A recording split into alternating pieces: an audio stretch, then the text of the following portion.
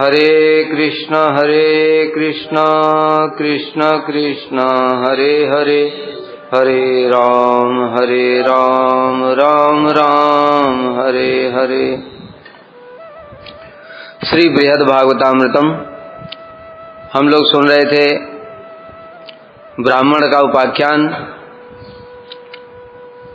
प्रागज्योतिषपुर में एक ब्राह्मण रहता था, कामाख्या देवी का भक्त था, धन की उसकी कामना थी। कामाख्या देवी ने एक दिन उसको स्वप्न में मंत्र प्रदान किया, गोपाल मंत्र।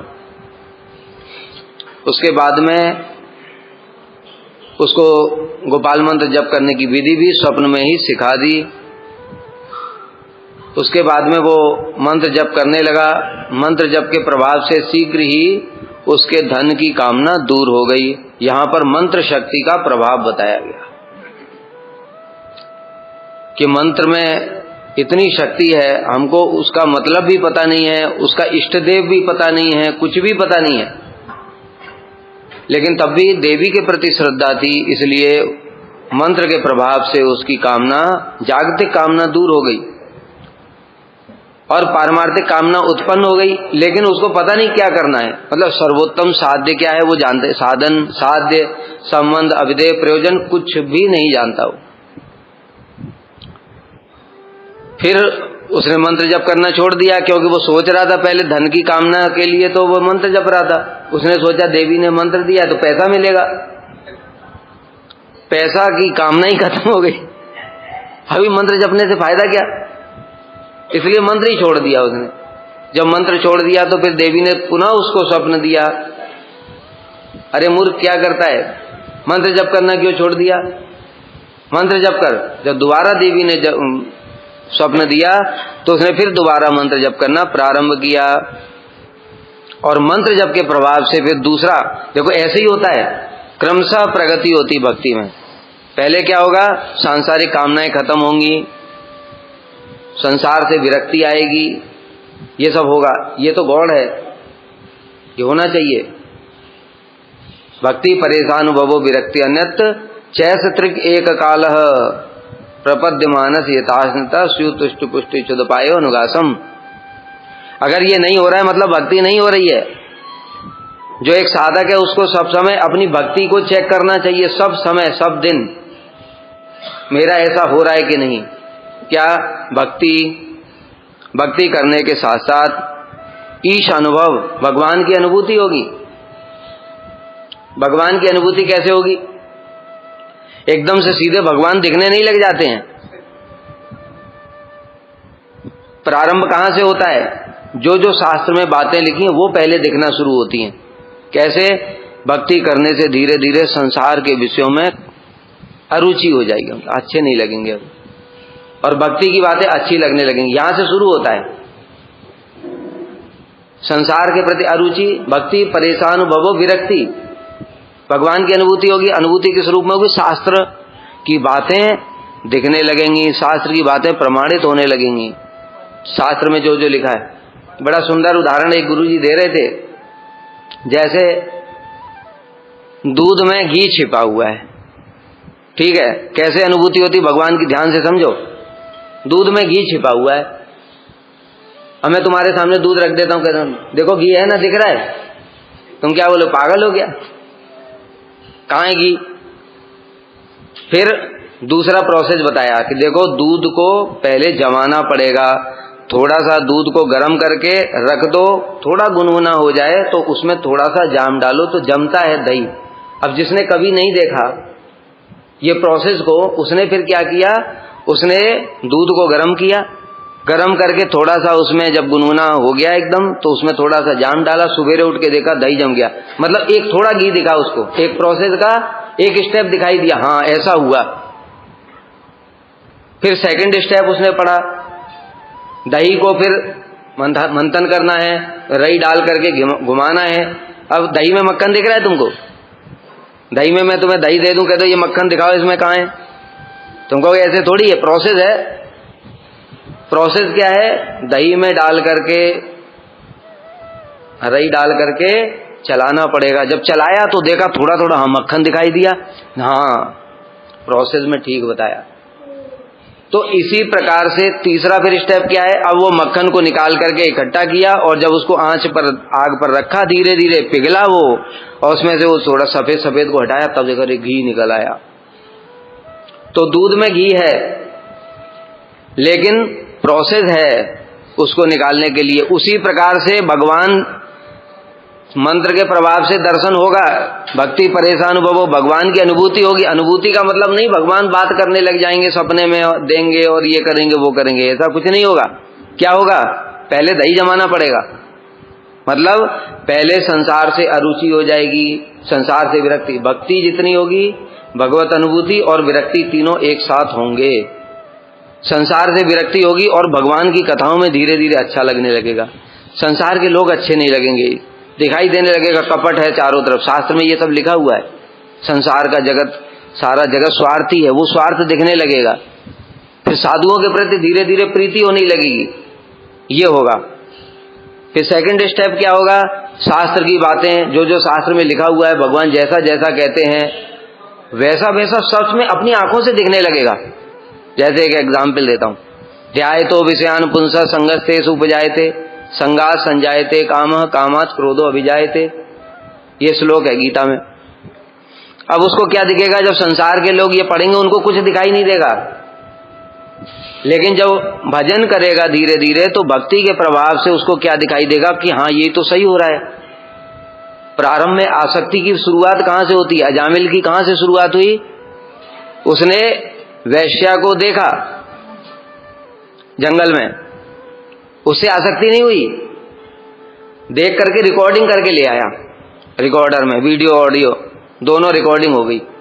अब रिकॉर्डिंग प्ले हो रहा है बार बार, ध्याय तो ध्यान हो रहा है, वो ध्यान होने से क्या हुआ, संगह आसक्ति उत्पन्न हो गई वैश्या। उसकी ब्राह्मण पत्नी सदाचारी पत्नी है, वो सदाचारी ब्राह्मण है, सब कुछ ठीक है, लेकिन वो ध्यान करने से क्या हो गया, आसक्ति हो गई। संगात संजायते कामः, आसक्ति के बाद सेकंड लेवल पे क्या हुआ, फिर अब वो रोक रहा है उसको, ये मैं क्या सोच रहा हूं, मैं तो सदाचारी ब्राह्मण हूं, वो वैश्य है, उसके बारे में सोचना भी ठीक नहीं है, लेकिन मन कंट्रोल में नहीं है। उसके बाद कामना उत्पन्न होगी उससे शादी करने की, सेकंड लेवल। तो ये जो शास्त्र की जो जो बातें लिखी हुई हैं, जैसे जैसे लिखी हुई हैं, वो सारी की सारी हमें दिखना शुरू हो जाएंगी। इस रूप में दर्शन होता है, ईश अनुभूति ऐसे होती है, ऐसे नहीं एकदम से भगवान सब गोपाल मंत्र पढ़ा अगले दिन प्रकट हो गए, ठीक है, यही अनुभूति है। और जितनी जितनी शास्त्र में बातें लिखी हैं, गुरु वैष्णव जो जो बातें बोलते हैं, अपनी आंखों के सामने अथवा किसी अनुभूति के माध्यम से वो धीरे धीरे हमको दिखने लगेंगी। जिसको जितनी ज्यादा दिखेंगी उसका भजन मतलब उतना राइट प्रोसेस में चल रहा है। अगर नहीं दिख रही है तो श्रद्धा ही नहीं होगी। बताओ, अगर किसी ने दूध जमाया और बाई चांस गर्मी के कारण दूध फट गया, दही जमा नहीं, तो वो क्या कहेगा, तुमने गलत बताया था, दूध में ऐसे होता ही नहीं है। अब बताओ गलती किसकी है, दूध जमाने वाली की गलती है, बताने वाली की गलती है, किसकी गलती है? गलती किसी की नहीं है, उसका प्रारब्ध ही ऐसा है, उसको श्रद्धा नहीं होनी है इसलिए। लेकिन जब जो लिखा है, जो बताया गया वो हो रहा है तो श्रद्धा हो गई, जब वो नहीं हो रहा है तो श्रद्धा नहीं होगी। और जब इन शास्त्र में श्रद्धा नहीं होगी, वैष्णवों में श्रद्धा नहीं होगी, तो भक्ति क्या होगी? श्रद्धा तो मूल है, और श्रद्धा बढ़ती है अनुभूति के साथ में। तुम ऊपर से कितना भी दिखावा कर लो, कितना भी आरती कथा कीर्तन में आते रहो, लेकिन अगर अनुभूतियां नहीं हो रही हैं तो अंदर से बल नहीं आता है कभी भी, भीतर से बल नहीं आता। भजन में बल जितना, जिसके भजन में जितनी अनुभूति होगी उतना बल पूर्वक वो भजन करे, क्योंकि वो देख रहा है ये तो हो रहा है, इसका मतलब मैं जल्दी कृष्ण को प्राप्त कर लूंगा। जैसे ये ब्राह्मण है, इसको क्या हुआ, देवी ने जब बोला हमारी तरह उदासीन हो गया, कहता मंत्र मांगा था, क्या पैसा मांगा था देवी से, मंत्र दे दिया, मंत्र जब किया तो पैसे की कामना ही खत्म हो गई, तो क्या हो गया, उदासीन हो गया, मतलब अनुभूति कुछ हुई नहीं, उदासीन हो गया, उदासीन हो गया, मंत्र ही छोड़ दिया। ऐसा ही होता है। लेकिन जब अनुभूति हो गई, फिर उसको धीरे धीरे जब मंत्र जप करने लगा, तब क्या हुआ, जो अब आगे बता रहे हैं कि फिर क्या हुआ कि उस मंत्र के प्रभाव से संसार से विरक्त हो गया, घर द्वार छोड़ दिया, भिक्षा करके खाने लगा, मतलब शरीर की अब कोई चिंता नहीं रही। ये साधारण बात नहीं है। और कहाँ चला गया? गंगा सागर।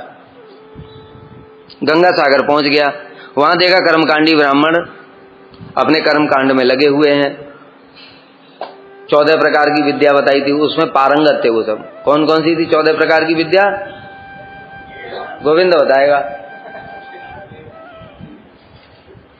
हाँ, देखकर ही पता चल।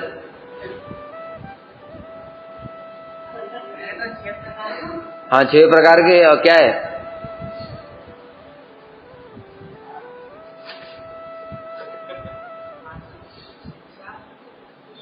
तुम बताओ। हाँ,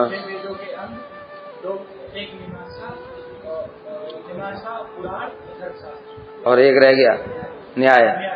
ठीक है, ये बताया था क्या? 4 वेद, 6 वेदों के अंग, एक मीमांसा, एक न्याय, धर्मशास्त्र और पुराण, ये 14 विद्या हैं। उन 14 विद्याओं में वो पारंगत थे। तो ब्राह्मण देखता था, उसको बड़ा अच्छा लगता था। वो बड़े छंदों में मंत्र चल रहे हैं, उच्चारण ऊपर नीचे चल रहा है चकाचक।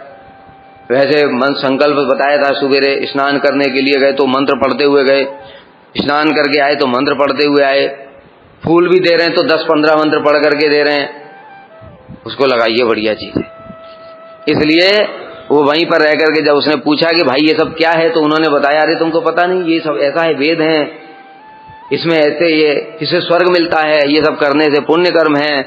तो उसकी वेदों में आसक्ति हो गई, उसमें कर्मकांड में। ठीक है, संग का प्रभाव, इसलिए संग सावधानी से करना चाहिए। कर्मी ज्ञानी योगियों का संग नहीं करना चाहिए, है ना। महाप्रभु की लीला में श्री चैतन्य चरितामृत में बड़ा विशेष उपाख्यान है। जब एक भक्त थे, उनका भाई काशी से पढ़ करके आया, क्या? वेदांत पढ़ करके आया। और स्वरूप दामोदर गोस्वामी वो सबके हेड है। कुछ भी महाप्रभु के पास में जाएगा तो पहले स्वरूप दामोदर की परमिशन लेनी पड़ेगी, चाहे वो काव्य हो, चाहे वो श्लोक हो, जो गीत हो, कुछ भी हो। क्योंकि स्वरूप दामोदर देखते थे इसमें रसाभास दोष तो नहीं है। अगर उसमें रसाभास दोष हुआ अथवा मायावाद हुआ तो महाप्रभु को बड़ा कष्ट होता था। इसलिए वो महाप्रभु के पास ऐसी चीजें नहीं जाने देते जिससे प्रभु को कष्ट हो। ये बड़ी सेवा है, इसलिए स्वरूप दामोदर फिल्टर करते थे। तो उनको जब बोला जाकर के स्वरूप दामोदर के, प्रभु मेरा भाई काशी से वेदांत पढ़ करके आया है, तो उन्होंने वो भक्त थे, उन्होंने कहा तुम्हारी बुद्धि नष्ट हो गई है क्या? अरे वेदांत पढ़ करके तो इनका तो संग ही नहीं करना चाहिए, मायावादियों का। मायावादी भाष्य सुनने से सर्वनाश हो जाएगा। तो वो कहने लगे, प्रभु हम लोग तो भक्त हैं, हमारी तो निष्ठा भक्ति में ही है।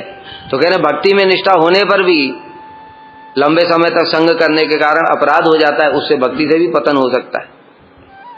इसलिए संग ध्यान पूर्वक करना चाहिए। कर्मी ज्ञानी योगी जैसे तैसे लोगों का संग नहीं करना चाहिए, आचरणशील वैष्णवों का संग करना चाहिए। उसमें भी जो पंडित है उनका भी छोड़ दो। जो वैष्णव केवल पंडित ही हैं, मतलब शास्त्र का ज्ञान तो है किंतु भजन नहीं करते, उनको भी दूर से ही प्रणाम करो, बाहर से सम्मान करो, लेकिन संग मत करो। संग करना चाहिए भजनशील वैष्णव, जो कि कृष्ण की प्राप्ति के लिए भजन में लगे हुए हैं तीव्र उत्कंठा के साथ। ऐसे लोगों का संग करने से हमारी चित्तवृत्ति भी बढ़ेगी। ऐसे करके उन्होंने किया। तो फिर कर्मकांड सीख गया। उन लोगों ने फिर इसको थोड़ा सिखा दिया, मंत्र अनुष्ठान करने की विधि सिखा दिया। सिखाने के बाद में फिर किंतु एक बात उसने करी, देवी ने आज्ञा दिया था, क्योंकि दूसरी बार आज्ञा दिया था, इसलिए देवी की आज्ञा, देवी के प्रति श्रद्धा थी उसकी, इसलिए उसने मंत्र नहीं छोड़ा। मतलब कर्मकांड करता था, लेकिन जैसे ही टाइम मिलता एकांत में, और फिर वो मंत्र जप करता था। मंत्र जप की शक्ति से ही वो बच गया। कर्मकांड में उसका संग किया, संग के प्रभाव से उसने कर्मकांड सीख भी लिया, लेकिन मंत्र ने उसको भीतर से संतुष्टि नहीं होने दी, अंदर से आनंद नहीं आ रहा है। और सब कोई काम करते हैं आनंद के लिए, निरानंद के लिए कोई काम करता है? जो हम लोग कंपनी में काम करते थे उसमें होते जॉब सेटिस्फैक्शन। कंपनी चेंज करने के लिए बहुत सारे ये रीजन देते, जॉब सेटिस्फैक्शन नहीं। सेटिस्फैक्शन क्या होता है, वो तो ऊपर का दिखावा था, मेन पैसा ही था।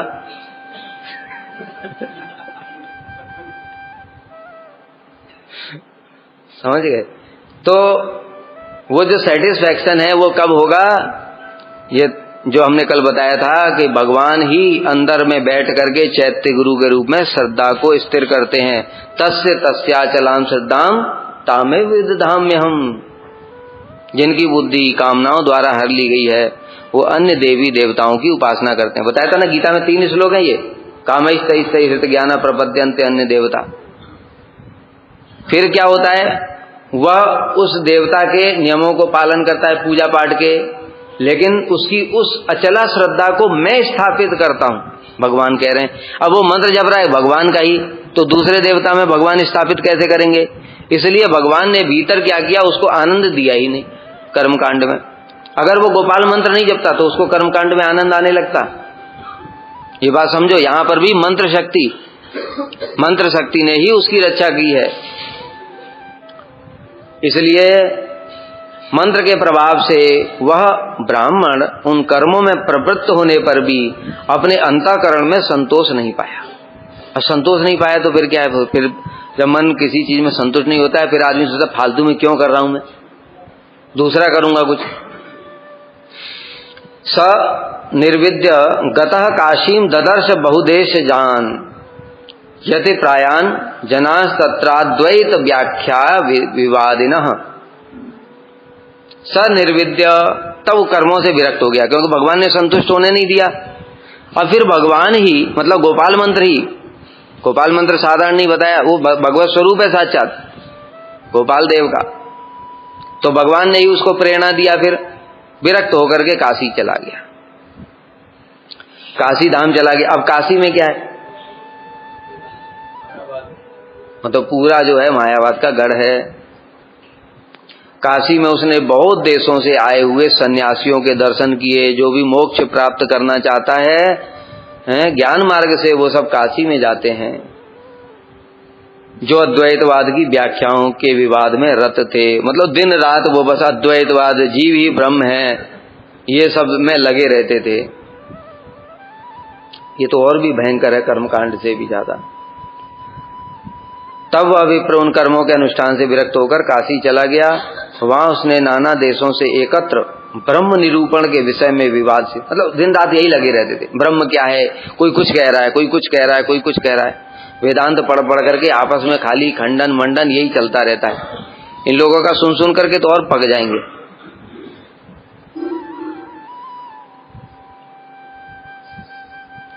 विश्वेश्वरम प्रणम्यादौ गत्वा प्रतिमठम यतीन नत्वा संभाष्य विश्रामम तेसाम पार्श्वे चकार सह।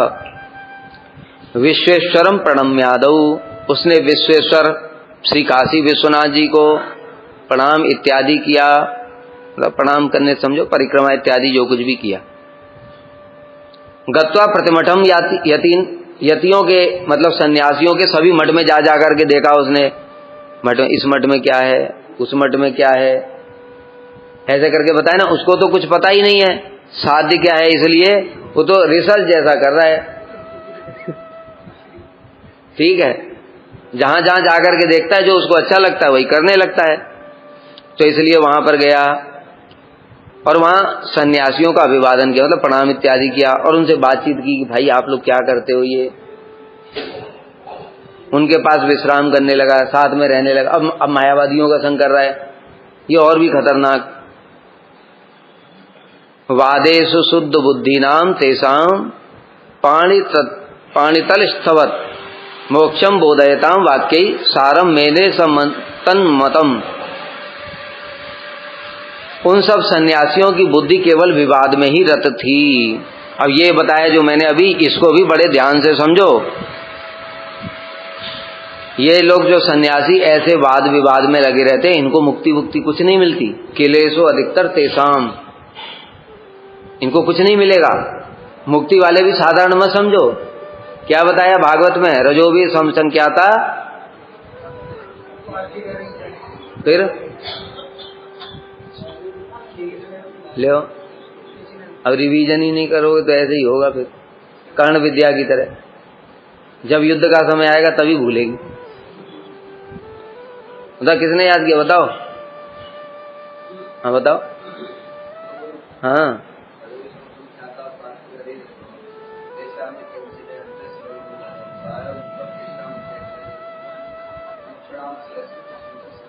हाँ, समझ गए क्या बताया इसमें? रजोभी समसंख्याता, जितने धूल के कण हैं उतने जीव हैं सृष्टि में। तेसाम ये केचने अंते श्रेयो मनुजादया, उसमें से कुछ ही हैं जो मनुष्य हैं। कितने प्रकार के मनुष्य हैं गोविंद? हैं? इस लोग लिखा था ना, कितने मनुष्य हैं?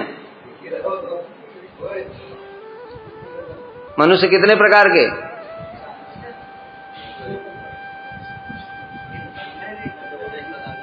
चार लाख, ठीक है, 4 लाख प्रकार के मनुष्य हो गए। उसमें से बहुत थोड़े हैं, मतलब रजो भी धूल के कण कितने हैं? अरे उसकी कोई गिनती नहीं है। उसमें से थोड़े मनुष्य 4 लाख क्या है, कुछ भी नहीं है। उसमें से कुछ मनुष्य होते हैं, उन मनुष्यों से में से भी कुछ मनुष्य हैं जो मुक्ति की कामना करते हैं। प्रायो मुमुक्षुवस्तेषाम, मतलब वो जो थे 4 लाख, उनमें से कोई कोई है जो मुक्ति कामी होता है। मुमुक्षुणाम सहस्रेषु कश्चिद यतति सिद्धये, उन मुक्ति कामियों में हजारों हजारों में से किसी एक की मुक्ति होने वाली है। समझ गए? इसलिए मत सोचो कि वहां सारे दिख रहे हैं मायावादी और त्रिपुंड लगा करके और गले में रुद्राक्ष पहन करके, और वहां केदारनाथ में और काशी में और वहां पशुपतिनाथ में तो भीड़ की भीड़ मिलती है, ये सारे मुक्त हो जाएंगे।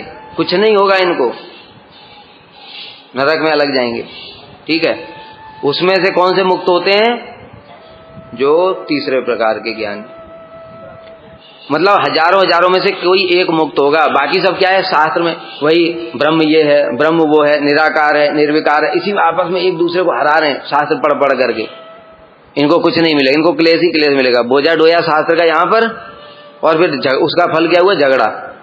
और झगड़ा हुआ, फिर हार गया, वो फिर रो रहा है बैठ करके, इसने यहाँ हरा दिया, ये पॉइंट लिखूंगा। फिर किताब देख रहा है सारी रात बैठ करके, फिर जाकर के अगली बार हराऊंगा। बस हारने हराने में ही जीवन चला गया। अरे ये तो राजा भी यही करते हैं।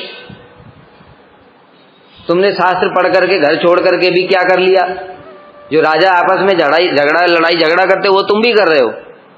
इसीलिए भक्तों को विशेष सावधान रहना चाहिए। शास्त्र लेकर के खींचातानी मत करो, ये भक्ति नहीं है। संप्रदाय की रक्षा के लिए महाप्रभु अपने निज जनों को भेजते हैं, श्रील प्रभुपाद जी जैसे। उनके सामने सारी दुनिया नतमस्तक, सारा पांडित्य उनके चरणों में समर्पित। तुम करने जाओगे तो तुम्हारी भक्ति भी खत्म हो जाएगी, इतना उद्वेग होगा, भीतर से जल बुन करके मरोगे।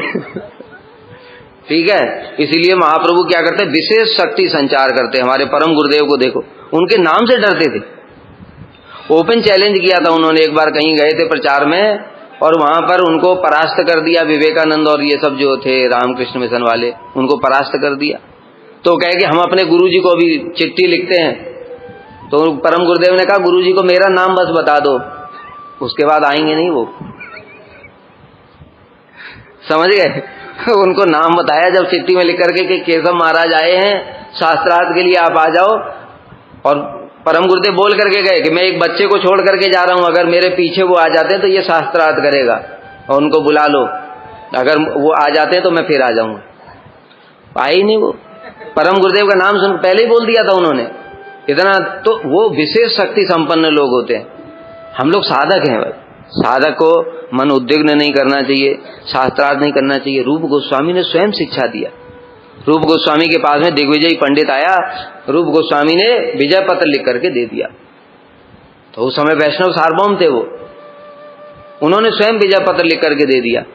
जीव गोस्वामी ने तो फिर बाद में उनको परास्त कर दिया कि कहीं ये रूप वैष्णवों का अपमान करेगा, दिखाएगा जा करके कि देखो हमको रूप गोस्वामी ने विजय पत्र दे दिया। जीव गोस्वामी ने तो परास्त कर दिया उसको, लेकिन रूप गोस्वामी की शिक्षा हमको ग्रहण करनी है। तो इस प्रकार से जो सन्यासी लोग हैं, भक्त लोग हैं, वो किसी से शास्त्रार्थ नहीं करेंगे। देखो श्रद्धावान है तो उसको कुछ सिखाओ, समझाने की कोशिश करो, और अगर श्रद्धावान नहीं है तो हाथ जोड़ लो, भाई हमारे बस की बात नहीं। हम भी यही करते हैं।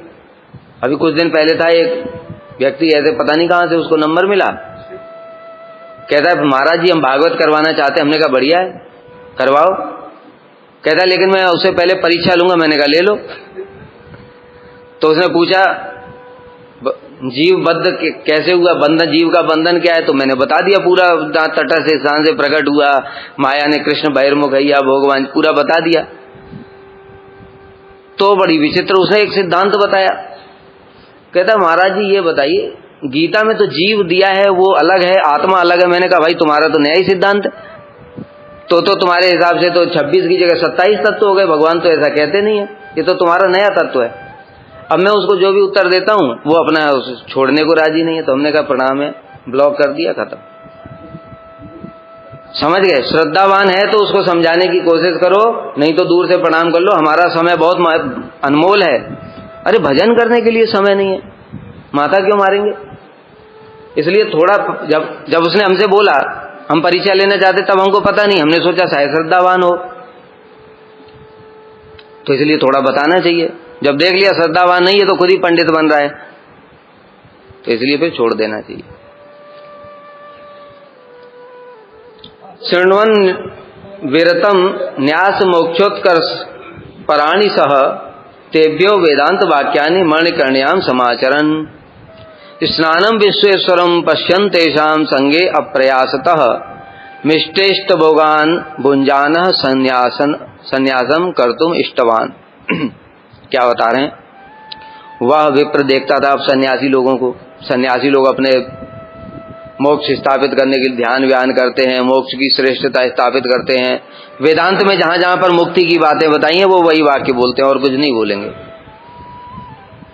मणिकर्णिका घाट में स्नान करता, गंगा जी में विश्वनाथ जी का दर्शन करता और सन्यासियों के साथ में रहने लगा। इसलिए उनके साथ बिना परिश्रम के मनोवांछित मीठे मीठे भोजन करता। साधुओं को निमंत्रण देते लोग, फिर महाराज जी आइए आज हमारे घर में श्राद्ध है। किसी के यहाँ कोई मर गया तो साधु के मजे, कोई पैदा हो गया तो साधु के मजे। ठीक है, तो इसी प्रकार से उन साधुओं के साथ रह करके इसको भी आनंद आने लगा। रोज भंडारे, बिना परिश्रम के मनोवांछित मीठे मीठे भोजन। और तब उसने देखा इसमें तो बड़ा आनंद है भाई, मैं भी सन्यास ले लेता हूं। इसलिए उसकी सन्यास ग्रहण करने की इच्छा हो गई।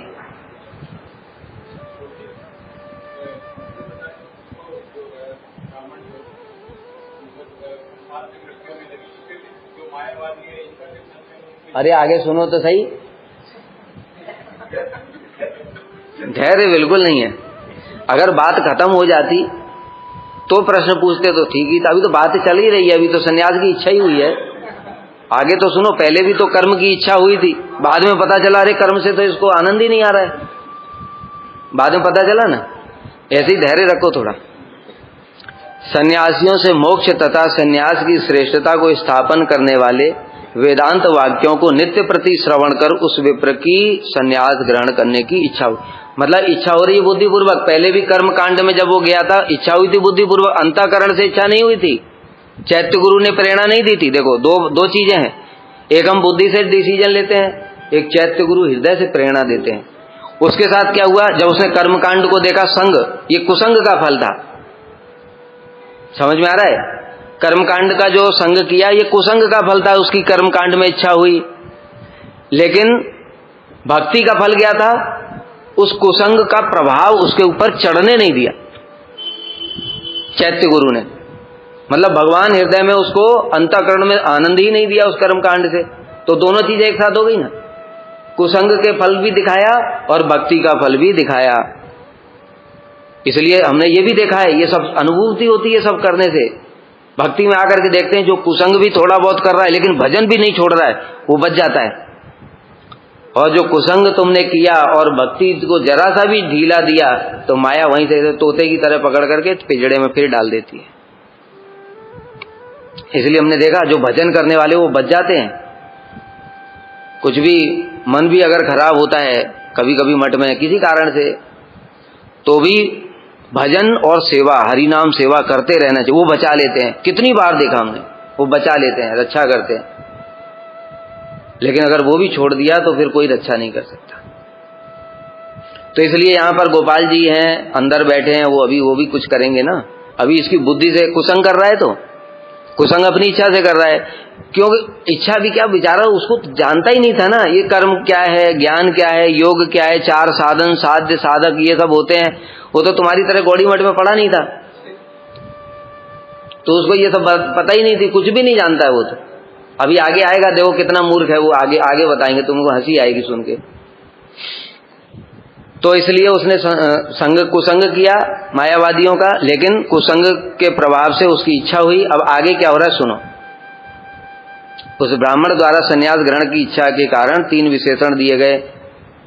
इच्छा क्यों हुई? 3 कारण से। देखो, वेदांत वाक्य श्रवण, वेदांत वाक्य कौन से? मुक्ति परक, गंगा स्नान और विश्वनाथ जी का दर्शन।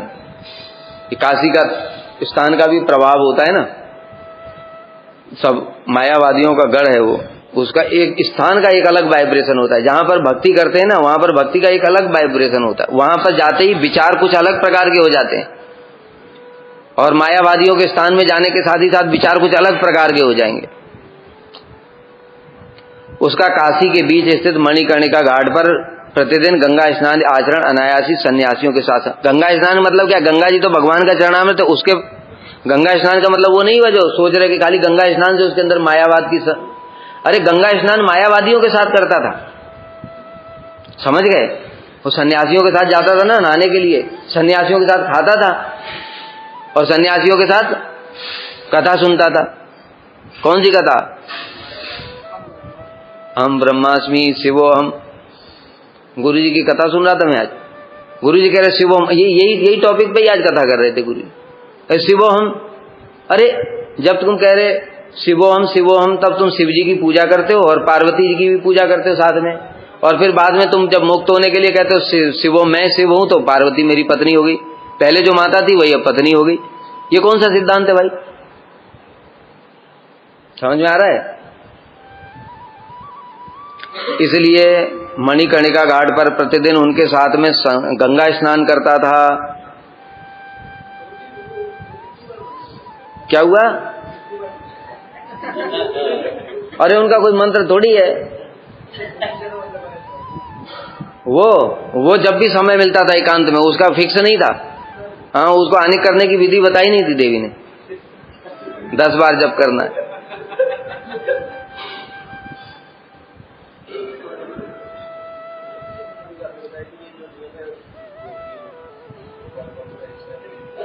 जब करता रहता था वो है।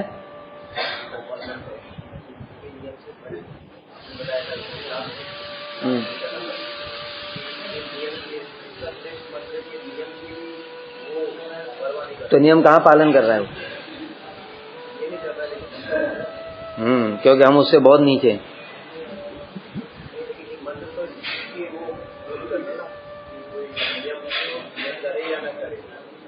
तब भी काम करेगा, निश्चित है। लेकिन जब बता दिया हमारे में बीज भी है, जब बीज लग जाता है तो उसमें स्नान इत्यादि करके ही करना पड़ता है। उसकी शक्ति भी बढ़ेगी, किंतु ठीक है, इसका ये निरपराध था, इसलिए इसको बिना बीज के भी मंत्र काम कर रहा था।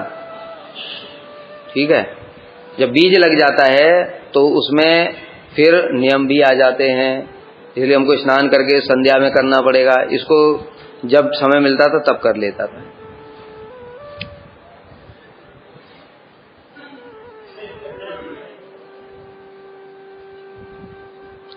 स्वजप्यम गौरवाद देव्या तथान्तः सुख लाभतः अत्यजन एकदा स्वप्ने अपश्यत तन मंत्र देवता। हमारे सुनो, इधर उधर मत बात करो, अब बहुत इंपॉर्टेंट बातें शुरू हो गई हैं, इधर उधर मत करो, कुछ भी बता रहा हूं। उसने कामाख्या देवी के प्रति गौरववशतः मंत्र को नहीं छोड़ा। और दूसरा कारण, 2 कारण, एक तो कामाख्या देवी में बड़ी श्रद्धा थी और देवी ने बलपूर्वक उसको दूसरी बार बोला था, तो समझ गया था कि ये फर्जी सपना नहीं है, ये सच में ही देवी का आदेश है, तो इसलिए देवी के प्रति श्रद्धा थी। तो पहली बात ये। दूसरी बात, अंतःकरण में उसको बड़ा आनंद होता था। देखो कर्मकांड उसने सीखा बुद्धिपूर्वक, सन्यासियों के साथ किया बुद्धिपूर्वक, लेकिन अंतःकरण में जब वो गोपाल मंत्र जपता था तभी आनंद होता था। समझ में आ रहा है? मतलब कुसंग कर रहा था तब उसको उसमें आनंद नहीं होता था, लेकिन वो क्या करे, वो जो देख रहा है, वो जैसे बच्चा होता है छोटा, छोटे बच्चों को क्या होता है, उनको कुछ पता नहीं, अपना हित अहित जैसा संग मिलता है उसमें लग जाते हैं, लेकिन भीतर से उसको आनंद नहीं मिलता था। लेकिन जब वो गोपाल मंत्र जप करता तो उसको भीतर में बड़ा आनंद होता था। तो दो कारण, एक देवी का आदेश, देवी के प्रति गौरव बुद्धि, और दूसरा अंतःकरण में आनंद। इसलिए जब भी मौका मिलता, फिर वो सन्यासियों से जब छुट्टी मिलती, उसको एकांत में जाता और चुपचाप मंत्र जप कर लेता। अब देखो, अभी 2 ही दिन हुए हैं। पहला देवी ने मंत्र दिया था, दूसरा कर्मकांडियों के पास चला, तीसरा सन्यासियों के पास आया। इस प्रकार कुछ दिनों के पश्चात एक रात स्वप्न में मंत्र देवता का दर्शन हो गया। बताओ, इतना शीघ्र फल मंत्र ने प्रदान कर दिया। क्यों? ये लक्षण है निरपराध था वो। अगर अपराध नहीं है तो इस मंत्रों में इतनी शक्ति है कि कृष्ण को साक्षात दर्शन करा देंगे। लेकिन हमारे इतने मतलब कितने जन्मों के कितने अपराध हैं, उनका कोई लिमिट ही नहीं है। इसलिए महामंत्र जैसा मंत्र, गोपाल मंत्र जैसा, काम गायत्री, मतलब ये मंत्र कोई इतने शक्तिशाली मंत्र हैं ये, लेकिन फिर भी हमारे ऊपर प्रभाव नहीं पड़ रहा है। इसका क्या कारण है? मंत्र प्रभु अपनी शक्ति प्रकाशित ही नहीं कर रहे हैं, नाम प्रभु अपनी शक्ति प्रकाशित ही नहीं कर रहे, अपराध के कारण। बहुत अपराध है हमारे, साधुओं के चरणों में विशेष रूप से बहुत अपराध किए और इस जन्म में भी कर रहे हैं। अरे कम से कम जो कर लिए वो तो कोई बात नहीं, अब आगे तो बंद कर देना चाहिए, और समझते ही नहीं हम लोग। तो मंत्र, इसलिए मंत्र देवता का दर्शन नहीं होगा, भूत प्रेत का ही दर्शन होगा सपने। इसलिए सनातन गोस्वामी कह रहे हैं, अब रहस्य की बातें सब बड़े ध्यान से सुनते रहो भाई। ये कहानी नहीं है, ये कहानी नहीं है, ये हमारे जीवन पर मतलब साक्षात इम्पैक्ट है। ये हमारा जीवन भी तो यही है, यही साधन, यही भजन। हमको दर्शन क्यों नहीं हो रहा है? गुरुजी कहते थे ये बात, कहते थे भजन साधन कर रहे हो, अगर तुम ये सब सोचते ही नहीं, ये देखो ब्राह्मण को दर्शन हो गया, अजामिल को मुक्ति हो गई, हमको कुछ नहीं हो रहा है, क्यों नहीं हो रहा है? ऐसे सोचना जब तक शुरू नहीं किया तब तक साधन शुरू ही नहीं हुआ। उत्कंठा होनी चाहिए, निष्ठा नहीं हुई अभी तक मेरी, हरि नाम में निष्ठा नहीं हुई। निष्ठा के लक्षण पढ़ेंगे, निरंतरता क्यों नहीं आ रही भजन में, रुचि क्यों नहीं हुई, रुचि क्या होती है यही पता नहीं है, तो रुचि का पता कहां से चलेगा? 3 प्रकार की अभिलाषा उत्पन्न हो जाएगी रुचि की अवस्था में, प्राप्ति अभिलाषा, स्वार्थ अभिलाषा, अनुकूल्य अभिलाषा। तो अपने आप को सब समय देखेगा, मैं इतने समय से भजन कर रहा हूं, मेरे अंदर ये 3 अभिलाषा अभी तक हुई नहीं, आसक्ति नहीं हो रही, भगवान का दर्शन कब होगा? ये ब्राह्मण को देखो हो गया, इसको तो देवी ने मंत्र दिया था। अरे तुमको, हम लोगों को विश्वास नहीं है, हमारे जो गुरुवर्ग हैं वो देवी से मतलब करोड़ों गुना श्रेष्ठ हैं। तो साक्षात राधा जी के निजजन है प्रभुपाद जी, हमारे गुरुवर्ग सब मंजरी है राधा जी की। और देवी क्या है? देवी तो इस ब्रह्मांड की मालकिन है, तो राधा जी के साथ रहती है देवी। तो वहां से मंत्र हमको मतलब सीधे सोचो, राधा जी के पास से ही मंत्र आया हमारे पास चल करके, उस मंत्र का भी प्रभाव नहीं हो रहा है। और इनको तो देवी ने दिया था तो भी मंत्र में दर्शन हो गए मंत्र देवता के। ये सब सोचना चाहिए, सोचने के साथ ही साथ हृदय में हलचल हो जाएगी। ये वो तड़पना ही, वही विप्लम्ब ही भजन है। इस बात को याद रखो, गुरु जी यही कहते थे, जब ये तड़पना शुरू हो जाएगा तब भजन शुरू होगा, उसको देख करके कृपा होगी। पूरा चैंटिंग क्लास में आ गए, उसके बाद तान करके सोए, फिर खाया पिया, उठे, फिर खाया पिया, फिर सो गए। गुरु जी कृपा करते नहीं। गुरु जी क्यों कृपा करेंगे? तुमको कृपा चाहिए ही नहीं। जिसको चाहिए उसका लक्षण क्या है? वो हर समय व्याकुल रहेगा, जीवन निकला जा रहा है, कुछ भी नहीं हो रहा है, क्या करूं? वही मंत्र है, इतने शक्तिशाली मंत्र हैं, तब भी कुछ अनर्थ भी दूर नहीं हो रहे, अभी तक निष्ठा भी नहीं आई। कब मर जाऊंगा पता नहीं। एक बार कोरोना आया था, अभी विश्व युद्ध की तैयारियां चल रही, धनाधन युद्ध शुरू हो रहे हैं एक के बाद एक देश। कब मर जाएंगे पता नहीं, ये जीवन भी बेकार गया, फिर अगला जन्म, कितने जन्म ऐसे बेकार जाएंगे, ऐसे तड़पने लगेगा हृदय में, तब साधन। हाँ, अब कह रहे देखो जो तुम्हारा प्रश्न था उसका उत्तर कि सन्यास लेने की इच्छा तो कर रहा है, किंतु मंत्र जप के प्रभाव से सन्यास लेने नहीं दिया भगवान ने उसको। समझ गए? यही चैत्य गुरु अभी जो बताया ना, जिसके पूर्व जन्म के भक्ति के संस्कार हैं, जैसे ही वो कुछ गलत करता है चैत्य गुरु उसको रोक देते हैं। इसमें बड़े सुंदर सुंदर विचार गुरु जी ने बताए हैं कि देखो जो मध्यम भक्त भी होता है, किसी ने अगर मध्यम भक्त को ही गुरु बनाया है तो मध्यम भक्त साक्षात कृपा कर नहीं सकता, कृपा शक्ति का संचार नहीं कर सकता। उत्तम भक्त तो कर सकता है, मध्यम भक्त उपदेश दे सकता है, उपदेश दे करके उसको भक्ति में आगे बढ़ा सकता है। लेकिन जैसे नारद जी और जो महाभागवत है ऐसे हाथ रख दिया और हो गया कृपा, यहाँ इसके भी आएगा आगे, ब्राह्मण के ऊपर भी ऐसे ही कृपा हुई। तो मूर्ख ही था शुरू से ही, बहुत कुछ हुआ लेकिन तब भी इसको कुछ हुआ नहीं, मतलब ऐसे हो गया। तब गोप कुमार ने अंत में इसके सिर के ऊपर ही हाथ रख दिया था, हाथ रखते ही एकदम से मूर्छित होकर के गिर पड़ा, सारा दिव्य ज्ञान प्रकाशित हो गया। तो महाभागवत कर सकते हैं वो, लेकिन तब उस समय फिर हृदय में प्रेरणा कौन देते हैं? जब मध्यम भक्त साक्षात कृपा शक्ति संचार नहीं कर पा रहा है तो फिर प्रेरणा कौन देता है? चैत्य गुरु देते। भगवान ने देखा इसने बहुत जन तक भजन किया है, इसलिए जब भी कोई वो गलत करने जाएगा गुरु चैत्य गुरु उसको रोकते हैं। जब कुछ अच्छा करेगा या कहीं साधु आया उसको प्रेरणा देकर वहां ले जाएंगे, अच्छे लोगों के पास, गलत लोगों के पास भी उसको ले जाते हैं। जिसने पूर्व में गलत किया है, दूसरों को ठगा साधु बन करके, उसको गलत साधु के पास ही ले जाएंगे। समझ गए? ईश्वरा सर्वभूतानाम हृदय से अर्जुन तिष्ठति भ्रामयन सर्वभूतानि यंत्रारूढ़ान मायया। इसलिए किसी का दोष नहीं है इसमें, जिसने जैसा किया है संस्कार के अनुसार भगवान वैसी प्रेरणा दे रहे हैं। तो इसलिए क्योंकि इसने भजन किया, अपराध है नहीं इसके, देवी का मंत्र, देवी के प्रति इसकी श्रद्धा है, मंत्र के प्रति श्रद्धा नहीं है, तब भी मंत्र ने शक्ति दिखाई और क्या किया? उसको संन्यास लेने के लिए प्रेरणा ही नहीं दिया। अब जब प्रेरणा नहीं दिया तो बुद्धि से चाहता ही है कि मैं भी साधु हो जाऊं, इनकी तरह बढ़िया खाने को मिलता है चकाचक और मजे आएंगे, लेकिन भीतर से होता नहीं है क्योंकि भगवान उसको प्रेरणा नहीं दे रहे। इसलिए संन्यास ग्रहण नहीं कर पाया। संन्यास ग्रहण न करने का कारण स्वजप्यम, वही जप, मंत्र जप की शक्ति। सन्यासियों के संग से मंत्र जप के विषय में श्रद्धा की हानि होने पर भी, देखो क्या बता रहे हैं, ये मायावादियों का संग किया, उसे श्रद्धा की हानि हुई है, उसकी कुसंग किया है ना, कुसंग का प्रभाव भी होगा, लेकिन मंत्र जप के प्रभाव से, मंत्र जप ब्राह्मण ने त्याग नहीं किया, इसका कारण उसका कामाख्या देवी के प्रति गौरव बुद्धि था, अर्थात उसकी महिमा में श्रद्धा थी कि ये कामाख्या देवी साधारण नहीं है, अतएव उनके वाक्यों का आदर करता था। यहाँ कामाख्या देवी को उसका गुरु समझो, गुरु के वचनों में उसको बड़ा आदर था, सम्मान था, श्रद्धा थी, गुरु जी ने जो बोला है वो ठीक है, इसलिए जो कुछ भी उल्टा पुल्टा भी कर रहा है, कुसंग भी कर रहा है, किंतु गुरु वचनों में आदर के कारण उसने संन्यास नहीं लिया। मंत्र ने, क्योंकि मंत्र प्रभु कौन है? वो गोपाल देव है स्वयं, वो देख रहे हैं इसके हृदय में क्या चल रहा है, इसलिए उन्होंने देखा हृदय से निष्कपट है, इसलिए श्रद्धा ही नहीं होने दी संन्यास के प्रति।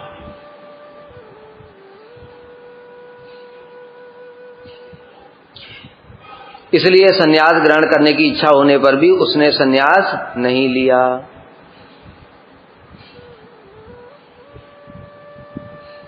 हाँ, अब एक बात और प्रश्न पूछ रहे हैं, तुमने एक ही पूछा, यहां पर सनातन गोस्वामी पाद दूसरा भी पूछ रहे हैं। यदि प्रश्नों के वेदांत वाक्य श्रवण करने पर वही अहम ब्रह्मास्मि शिवोहम, ये सब, इन वाक्यों के प्रति उसका आदर क्यों नहीं हुआ? कह रहे हैं, इसके उत्तर में कह रहे हैं, मोक्ष की श्रेष्ठता जनक वेदांत वाक्य श्रवण करने पर भी वो जो सुनता था, जैसे मान लो अहम ब्रह्मास्मि, अब जिसके पूर्व जन्म के मायावादी संस्कार होंगे ना, उसको क्या होगा, जैसे ही वो सुनेगा अहम ब्रह्मास्मि, हृदय में एक आनंद लगेगा। समझ गए? जिसके भक्ति के संस्कार होंगे, ये सुनने के साथ ही कि मैं ब्रह्म हूं, उसको एकदम से गुस्सा आ जाएगा, तू ब्रह्म है, शर्म नहीं आती, अरे तू ब्रह्म है तो सड़ क्यों रहा है? अभी तो 50 डिग्री टेम्परेचर हो गया, क्यों चल रहा है जाकर के ब्रह्म है? तो जाके 12 बजे खड़ा हो जा रहा है बाहर, ब्रह्म तो निर्विकार है।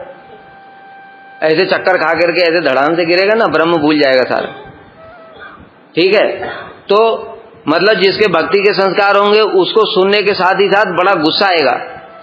ये लक्षण है, इससे पता चल जाता है किसके कैसे संस्कार हैं। जिसकी जैसे संग में रुचि है उसके वैसे ही संस्कार हैं। इसलिए अपने अपने देखो मेरी किसके प्रति रुचि है। जो भजन नहीं करते ऐसे लोगों के साथ बातचीत करता हूं, तो अब सुधारने का मौका है, सुधार लो, नहीं अगले जन्म में फिर वहीं जाओगे। और जिसकी भक्तों के प्रति स्वाभाविक रुचि, जो भजनशील वैष्णव है, उनके प्रति श्रद्धा है, उनके पास में जाता है, उनका संग करता है, तो इसके संस्कार अच्छे हैं और अच्छे बनाने हैं, इसको और अच्छा बनाना है। तो इसलिए वेदांत वाक्यों के प्रति उसका श्रद्धा क्यों नहीं हुई? क्योंकि उसको आंतरिक सुख नहीं मिल रहा था। मतलब उनको सुनता था लेकिन अंदर से आनंद नहीं आता था। जैसे बताया भक्ति के जब वचनों को सुनते हैं, भक्त्या तुष्यति केवलम न च गुणै भक्ति प्रियो माधव, ये सुनने के साथ ही साथ हृदय में एक आनंद होता है। वाह, भगवान के क्या दिव्य गुण है, भगवान को कुछ नहीं चाहिए। व्याधस्य आचरणम ध्रुवस्य च वयो विद्या गजेंद्रस्य का, वो व्याध का क्या आचरण था? पशुओं को मार मार करके अधमरा करके छोड़ देता था। ध्रुव की क्या उम्र थी, गजेंद्र की क्या विद्या थी, कुब्ज का क्या रूप था, विदुर का क्या वंश था। भक्त्या तुष्यति केवलम, भगवान केवल भक्ति से ही संतुष्ट होते हैं। न च गुणै, गुणों से उनको कोई मतलब नहीं है। तुम्हारे अंदर लाख अवगुण हो, कोई टेंशन की बात नहीं है, लेकिन भक्ति है तो भगवान उसको स्वीकार कर लेते। ये बस सुनने के साथ ही साथ हृदय में आनंद आ जाएगा। वाह, भक्ति की क्या महिमा है। भक्ति रेवेनम नयति भक्ति रेवेनम दर्शयति भक्ति वसः पुरुषो भक्ति रेव भूयसी। ये जब सुनेगा जिसके भक्ति के संस्कार हैं तो उसको आनंद होगा, और जो उसके मायावादी संस्कार, इतना अच्छा सुनकर भी उसको अच्छा नहीं लगेगा। शास्त्र बार बार गीता में ही भगवान, मतलब देखो मायावादी भी गीता पढ़ते हैं, कैसा दुर्भाग्य है। भगवान वहां साफ साफ कह रहे हैं कितनी जगह, नाम वेदई न तपसा न दाने न चेज्या भक्त्या तो अनन्या शक्य एवं विदो अर्जुन ज्ञातुम दृष्टुम च तत्वेन प्रवेष्टुम च परंतप। साफ साफ बोल दिया, ना हम वेदई, वेद के द्वारा, न तपसा न दान न च इज्या पूजा पाठ, ये सब। फिर किससे आप संतुष्ट होते, किससे दर्शन होगा आपका? भक्त्या तो अनन्या, इस प्रकार से तुम मुझे देख सकते हो, अनन्य भक्ति के द्वारा मुझको जान सकते हो और मेरे धाम में प्रवेश कर सकते हो। अंत में 18वें अध्याय में भगवान ने बोल दिया, भक्त्या माम अभिजानाति यावान यह च अस्मि तत्वतः ततो माम तत्वतो ज्ञात्वा विशते तदनंतरम। केवल भक्ति से ही तुम मुझे जान सकते हो, पूरा तत्वता जैसा मैं हूं, और वो तत्वता जान करके मेरे धाम में प्रवेश कर जाओगे।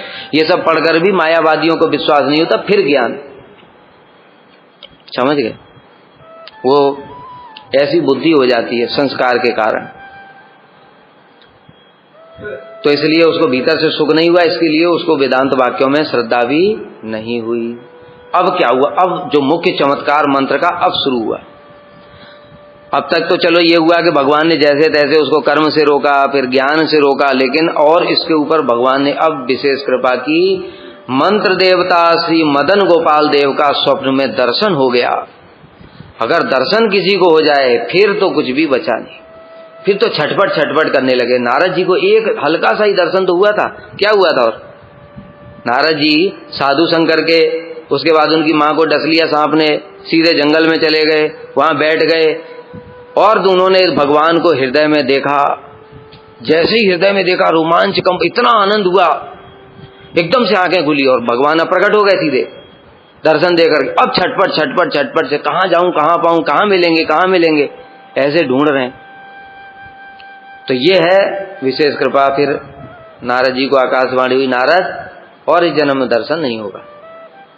तो ऐसे ही इस जो मुख्य फल अब जो मंत्र का है, अब वो प्रारंभ हो गया कि भगवान ने स्वयं स्वप्न में दर्शन दे दिया। और भगवान का स्वरूप जो एक बार देखेगा तो बरहा पीडम नटवर वपु, फिर उसको कोई चीज अच्छी नहीं लगेगी। अब यहां पर कह रहे हैं श्री सनातन गोस्वामी, विशेषतः मंत्र देवता श्री मदन गोपाल के स्वप्न में दर्शन न होने से उसकी मोक्ष की कामना का दूर होना भी असंभव था। क्या मतलब? ऐसा क्यों बोला कि अगर मंत्र देवता के दर्शन नहीं होते तो मोक्ष की कामना दूर नहीं होती? बताओ बताओ।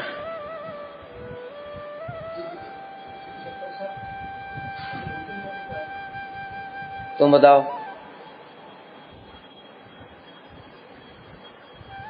मंत्र देवता के दर्शन से मोक्ष की कामना कैसे दूर होगी?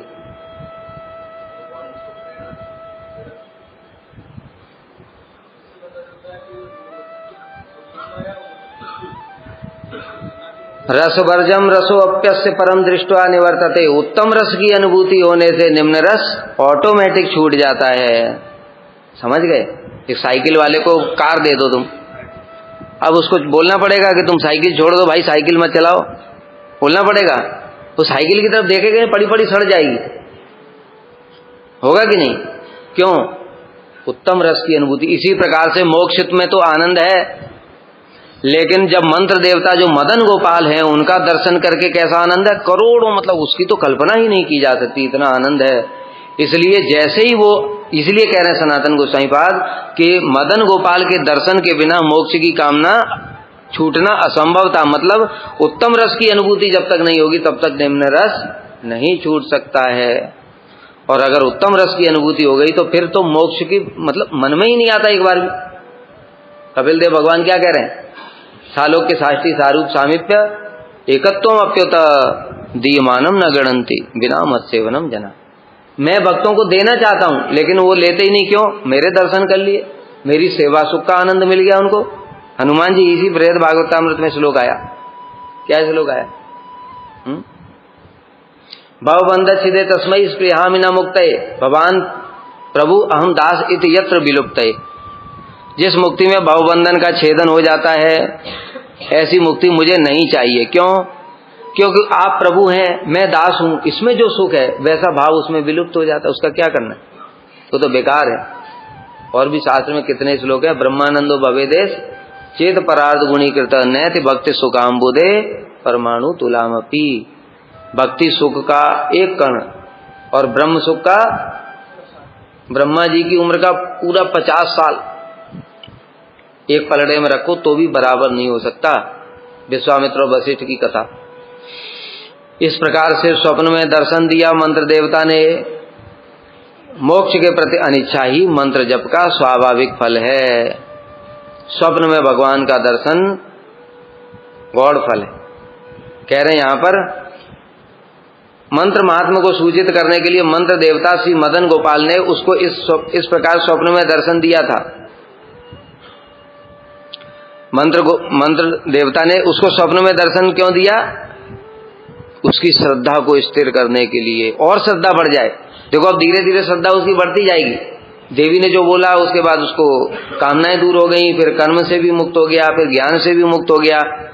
और मंत्र देवता का मतलब अब उसको मन में लगेगा, हाँ ये मंत्र साधारण नहीं है, मतलब इससे मुझे देवता भी दर्शन हो गया, मतलब इसको हमको होगा। जैसे अभी घी का उदाहरण दिया था, दूध जमाया, प्रॉपर दही जमा, तो एक लेवल की अनुभूति श्रद्धा होगी, हाँ ये ठीक है।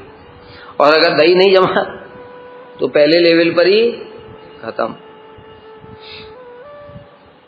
स्वप्न में भगवान का तो मोक्ष के प्रति अनिच्छा, ऐसे मोक्ष जिसकी सब लोग कामना करते हैं उसके प्रति अनिच्छा हो गई, ये मंत्र का मुख्य फल है। और भगवान का दर्शन हो गया, ये मंत्र का अनुषंगिक फल है। स्वप्न में दर्शन हुआ ना, साक्षात नहीं हुआ, इसलिए अनुषंगिक बता रहे हैं। तन महारम्यता कृष्ट परमानंद गोचर तज्जपान्य प्रवृत्तौ ही न लेवे स मनोबलम। अब अपने मंत्र देवता का स्वप्न में दर्शन करके उस विप्र का चित्त और उनके परम सौंदर्य के द्वारा वह वशीभूत हो गया। अब बताए ना, उत्तम रस की अनुभूति हो गई। अब इसका चित्त मंत्र देवता मदन गोपाल में लग गया। अरे ये इतना मूर्ख ब्राह्मण था, इसको ये भी नहीं पता कि वो मतलब मदन मोहन जी कौन है, ये भी नहीं जानता है। समझ गए? ऐसे व्यक्ति के ऊपर भी मंत्र कितनी शक्ति दिखा रहा है। और महामंत्र है हमारे पास, तो इतनी शक्ति है उसमें। जो गोपाल मंत्र भी है, ये भी भवमोचन के कारण है, लेकिन प्रेम प्रदान करने के लिए नाम ही है, तो नाम में और भी ज्यादा शक्ति है, किंतु हमको वो नाम भी कुछ असर नहीं कर रहा है, क्योंकि नाम अपराध है। इसलिए अपने मंत्र देवता का स्वप्न में दर्शन करके उस विप्र का चित्त उनके परम सौंदर्य के द्वारा वशीभूत। इतना सुंदर तो कभी देखा ही नहीं उसने। भाई कृष्ण जैसा सुंदर तो कोई है ही नहीं। असमूर्धम अनन्य सिद्धम। भगवान का स्वरूप कैसा है? जन्मर्त्य लीलोपैकम स्वयोग मायावलम दर्शयिता गृहीतम विस्मापनम स्वस्य च सौभगर्दे परम पदम भूषण भूषणांगम। अरे लोगों के आकर्षण की तो बात छोड़ी दो, कृष्ण जब स्वयं अपना प्रतिबिंब देखते हैं तो स्वयं उसकी ओर आकर्षित हो जाते हैं। इतना सुंदर स्वरूप है भगवान। इसलिए इस श्लोक में बता रहे हैं विस्मापनम स्वस्य च, खुद ही विस्मित हो जाते, ये कौन है, ये इतना सुंदर कौन है। और उनके अंदर भी कामना उत्पन्न हो जाती है कि मैं इस पुरुष का आलिंगन करूं। और वह परमानंदित होकर के मंत्र जप के अलावा अब क्योंकि मंत्र देवता का दर्शन हो गया, दूसरा मोक्ष की कामना भी खत्म हो गई, तो क्या करेगा, अब उत्तम रस की अनुभूति हो गई ना, अब उसको और कोई काम अच्छा नहीं लगता। अब मंत्र जप में उसकी थोड़ा निष्ठा बढ़ गई, अब वो मंत्र जप करता रहता है सब समय। उन मंत्र देवता का परम रमणीय सौंदर्य दर्शन करके ब्राह्मण का चित्त मुग्ध और वशीभूत हो गया। अब उसके मन में बार बार वो आने लगे। पता है ना कितने सारे कथाएं, भगवान का सौंदर्य एक बार दर्शन कर ले, जो गोपी आई ब्रज में नई विवाह के बाद में, उसकी क्या स्थिति हो गई। वो गोपी, उसकी सास ने उसको बोला देखो बाहर एक सर्प रहता है, काला सर्प, बाहर मत जाना नहीं तो डस लेगा। उसने कहा ठीक है। और जब कृष्ण जाने लगे गोचारण के लिए बंसी बजाते हुए, तो खुद सास बाहर जा रही, तो कह रही तुम क्यों जा रही हो बाहर, कह रही हमको तो डस लिया पहले, इसलिए अब कोई फर्क नहीं पड़ता है, लेकिन तुम तो बची रहो कम से कम।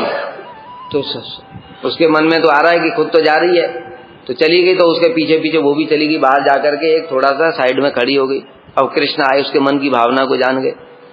कृष्ण का तो काम ही है ब्रजे प्रसिद्धम, सबका ब्रज में चित्त चुराने वाले हैं वो, गोपांगना जमतुकुल चौरभ, ठीक है। तो वो सब कुछ चुराने वाले, इसलिए वो नई गोपी है, इसलिए उसका भी चित्त चुराना है कृष्ण को। तुम्हारे जैसा कोई साधक गया होगा, गोपी बना होगा, तो इसलिए उसको चित्त को चुराना पड़ेगा ना कृष्ण को। इसलिए उन्होंने क्या किया, एक बछड़े की पूंछ को छेड़ दिया, बछड़ा दौड़ते हुए सीधे उसी के पास चला गया। पीछे पीछे कृष्ण भी आए और एक क्षण के लिए बस त्रिभंग ललित खड़े होकर के और उसको थोड़ा सा स्पर्श कर दिया, और उसके बाद में तिरछी चितवन से ऐसे देखा, बस सब सर्प ने डस लिया। और उसके बाद तो उसका चित्त कृष्ण में ही लगा हुआ है, उसको कुछ सुध बुद्धि नहीं रही। कृष्ण चले भी गए गोचारण के लिए, उसकी सास जब आई देखा अरे ये तो खड़ी हुई है और एक ऐसे देखे जा रही, तो हिलाया डुलाया, तब उसको थोड़ा बाहर पता, तब कहते हैं चलो भीतर, तो भीतर गई, लेकिन उसका मन तो कृष्ण में ही चला गया है। इसलिए ये है उत्तम रस की अनुभूति। जब कृष्ण के एक बार दर्शन हो जाएंगे, फिर जगत में कोई और चीज का दर्शन की इच्छा नहीं, अपने आप ही नहीं होगी, मतलब सब खत्म हो जाएगा अपने आप, और चित्त वहां से हटेगा ही नहीं स्वाभाविक रूप से। तो फिर क्या हुआ, फिर वो उसकी सास ने कहा कि थोड़ा इसको काम दे देती हूँ, उससे इसका ध्यान बटेगा तो इसको मन भी वापस आ जाएगा। तो इसलिए उसने क्या किया, उसने कहा जाओ मक्खन निकालो, तो उसने दही की जगह सरसों के मटके में डाल दिया रही और उसको घुमा रही। और सास सोच रही है घर घर की आवाजें दही में से मटके में से कहां से आ रही हैं। उसने जा करके देखा तो देखा रे ये तो सरसों के मटके में डाल के चला रही है। समझ गई कि ये तो इसको बड़ा रोग लग गया है। उसने कहा ठीक है, थोड़ा बाहर जाएगी, गोपियों के साथ बातचीत करेगी तो इसको बाह्यस्फूर्ति होगी। इसलिए मटकी दे दिया 2-3 सिर के ऊपर में, और छोटा बच्चा था एक, उसको दे दिया जाओ कुएं से पानी भर लाओ। कुएं पे गई, मटके जमीन पे रख दिए, बच्चे को जमीन पे बिठाया, रस्सी बच्चे के गले में डालना शुरू कर दी। ऐसा मन चित्त चुरा लेते हैं कृष्ण। तो इसलिए अब इसके चित्त को भी अभी तो स्वप्न में ही दर्शन हुआ है, उसी का इतना प्रभाव है, अब इसको कुछ और अच्छा नहीं लगता। मंत्र देवता मदन गोपाल जी के दर्शन के बाद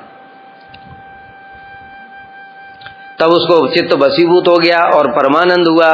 अब उसका मंत्र जप के अलावा संन्यास तथा स्नान आदि, मतलब संन्यास स्नान ये सब करना, ये भी उसको कोई रुचि नहीं रह गई है।